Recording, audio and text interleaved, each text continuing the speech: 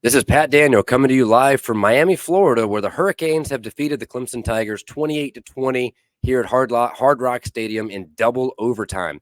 The story here seemed pretty clear after three quarters, but then it was flipped on its head during the fourth quarter and overtime periods. The Tigers had played sloppy football, committed costly turnovers again, especially in the red zone, but had found a way to scratch and claw their way to a 17-7 lead after three quarters. Unfortunately, the wheels then fell off. The Hurricanes outgained the Tigers 115-5 in the fourth quarter, possessed the ball for 13 minutes and 40 seconds out of a possible 15 minutes, and dominated the line of scrimmage on both sides of the ball. Clemson's defense was gassed. The offense couldn't move the ball, and the small crowd of just over 48,000 suddenly sounded like a 100,000 person packed house.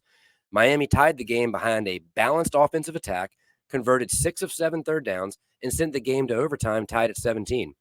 In the first overtime possession, both teams settled for field goals, but then Miami was able to punch it in for 6 in the second period, took advantage of a second conversion opportunity after a costly Clemson penalty, and the Canes jumped to a 28-20 lead.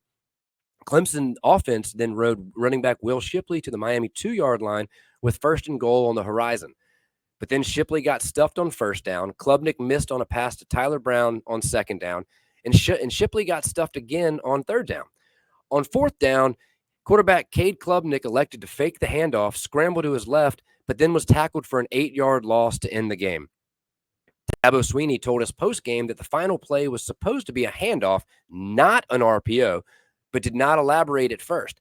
Dabo also said this season feels like 2010 all over again, with a talented team finding new ways to lose, as well as repeating the same mistakes over and over, especially, again, harping on those costly turnovers, in particular on the red zone. Will Shipley fumbled on what it was a great drive early in the first quarter, fumbled just before crossing the end line. The play was reviewed. He did clearly fumble just before Miami recovered. Cade Klubnik owned up to the mistake on that final play in double overtime in the postgame and took full responsibility for changing the play at the line, saying simply he must be better. One can't help but wonder there, though, if there are any communication or maybe even some trust issues between the quarterback, Klubnik, and the offense coordinator, Garrett Riley.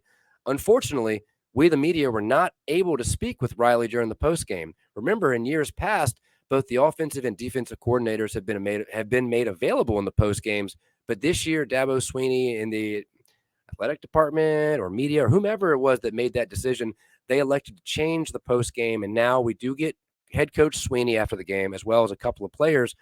But there are only, I think, 4 times on the season, 3 or 4 times, where we're actually able to speak with the coordinators after the game. Tonight certainly would have been a nice time to be able to talk with offense coordinator Garrett Riley. With this game, the Tigers fell to 4-3 overall and 2-3 in the ACC, and they look to rebound next week in Raleigh against NC State, who is 4-3 overall as well, but only 1-2 in the ACC. Kickoff is still to be determined, but we should be hearing that in the next day or two. Now, as for a couple more notes on the game, Clemson lost the turnover battle 3-1. Feel like a broken record saying this. That has been the issue in each of the losses this season. Dabo Swinney has harped on the fact that during his tenure at Clemson, when they win the turnover margin, they're almost impossible to beat. They hardly ever lose. But a lot of their losses under him as head coach have one thing in common, and that thing happens to be losing the turnover margin. Also on the night, the Tigers had 34 rushes for only 31 total yards. And for you math whizzes out there, that's 0.9 yards per carry, so under a yard per carry. A bright spot on the night, because I don't want to make it all negative, one bright spot was the connection between Cade Klubnik and tight end Jake Briningstool. Briningstool had 5 catches for 126 yards and 2 touchdowns on the night. Now, I did mention, bear with me 1 second. I did mention earlier that Dabo did not initially speak about where is it? Dabo did not initially speak about what happened on that last play in overtime or double overtime, but he did elaborate on it. And he said, quote, "No, it was a handoff." He was asked about whether that was an RPO or not. He said, "No, it was a handoff, 100%, and we didn't hand it off. He just pulled it. I got no answer. Just trying to do too much. No RPO. It's a give. He just didn't give it. He made a lot of plays, but again, you got to play within the system. We liked the play that we had. We were trying to protect the edges. It's a give all the way. We just got about a yard and a half on the previous play. We felt good about whatever it was, 5 inches maybe. I don't have an answer. Now, I appreciate the honesty from Coach Sweeney after the game and the fact that he did talk about what happened, but one can't help but wonder at the same time, and I feel like I would not be doing my job if I did not point out that that does come across a bit like throwing your quarterback under the bus. Now, Cade Klubnik is a sophomore. He has still under 10 total starts for his young career. He made a mistake. He owned it after the game. He was very candid with the fact that he has to be better. And I'm not saying criticism is not deserved, but it does seem like a lot of times you don't get quite that level of honesty from a head coach. So it did feel a bit as though Klubnik was getting thrown under the bus there. Can't help but wonder what's going through a lot of the players' minds in the locker room.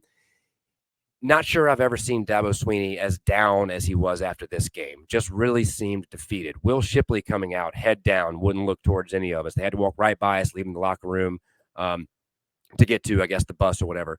Quarterback Cade Klubnik, again, props to him for manning up and coming out and talking to us. And he just took the music, but at the same time, he seemed defeated as well. Very curious to see how this team responds next week up in Raleigh.